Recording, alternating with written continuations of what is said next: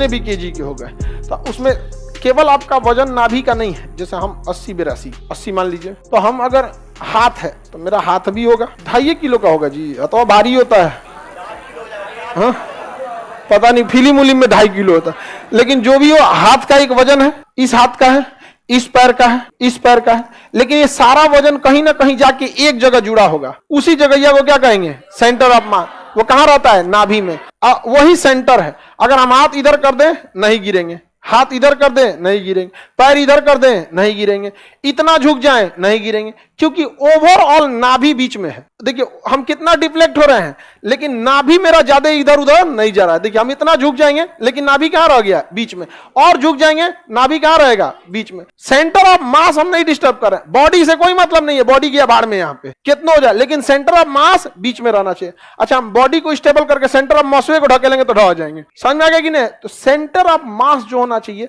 वहां पर सारा भार नहीं होता है, लेकिन वहां से ही सबका कनेक्शन रहता है। तो सेंटर ऑफ मास वह जगह होता है जहां उस वस्तु के सभी भार आपस में मिलते हैं, और अगर उसे आप डायरेक्शन से भटकाएंगे तो डिसबैलेंस हो जाएगा।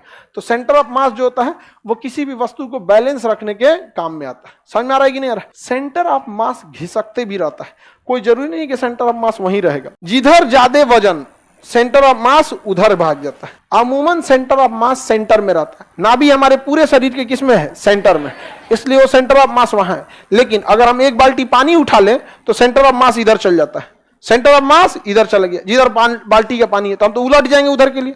इसलिए आप देखिएगा जब भी कोई आदमी पानी बाल्टी लेता है ना, तो एक हथवा इधर खोल देता है, यहाँ पे चाचा हटियो हो, यहाँ पे पानी लेके चल जाएगा। कहा हो भैंस के पानी पिए। समझ में आ गया कि नहीं आ गया? भैंस उसको पानी पिलाने लगा, हाथवा का इधर कर देते हैं, ताकि सेंटर ऑफ मास जो घसका है वो क्या हो सके? बैलेंस हो सके। अब देखिएगा रस्सी पे कोई चढ़ेगी ना सर्कस में लड़की, बैलेंस करने के लिए, तो हाथवा ऐसे कर लेती है।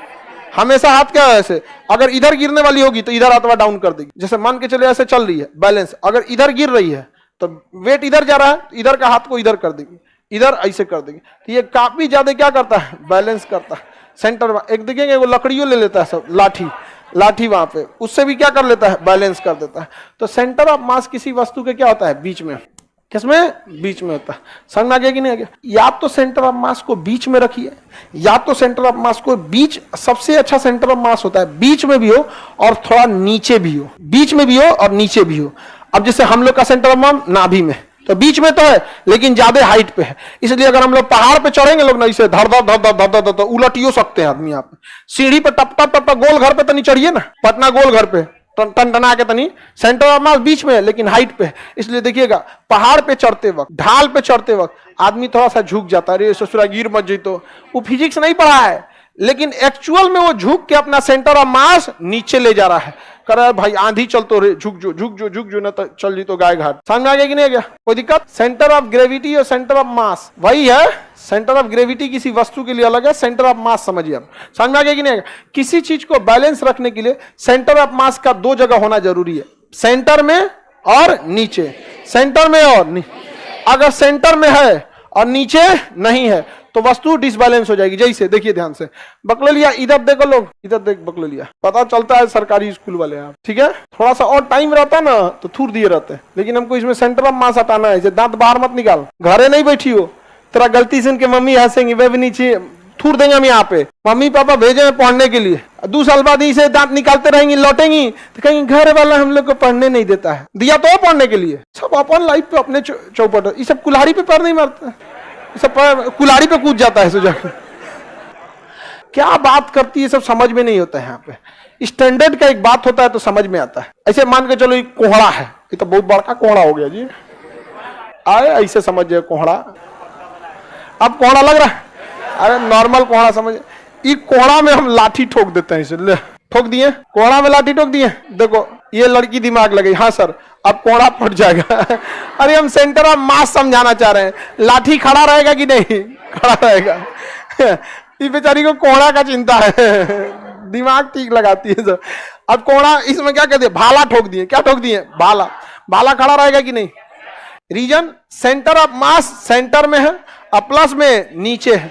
जितना सेंटर ऑफ मास नीचे रहेगा स्टेबिलिटी उतनी ज्यादा रहेगी, स्टेबिलिटी उतनी ज्यादा रहे। अच्छा मान के चलिए एगो भाला हम ऐसे लिए, इस ससुरा के ऊपर कोहड़ा ठोक दिए इसे, बताइए ये कोहड़ा रुकने वाला है? ये कोहड़ा नहीं रुकेगा। काहे? सेंटर ऑफ मास तो सेंटर में है, सेंटर में है कि नहीं है? सेंटर ऑफ मास सेंटर में, लेकिन कहां है? कहां है? ऊपर। ऊपर है तो क्या हो जाएगा? डिसबैलेंस हो जाएगा। डिसबैलेंस, सेंटर ऑफ मास को ऊपर नहीं जाना चाहिए वरना क्या हो जाएगा? डिसबैलेंस हो जाएगा सेंटर ऑफ मास। तो सेंटर ऑफ मास को कहां रहना है? बीच में, और साथ साथ नीचे, साथ साथ नीचे। तो जिसका जितना सेंटर ऑफ मास नीचे वो उतने ज्यादा स्टेबल रहेगी।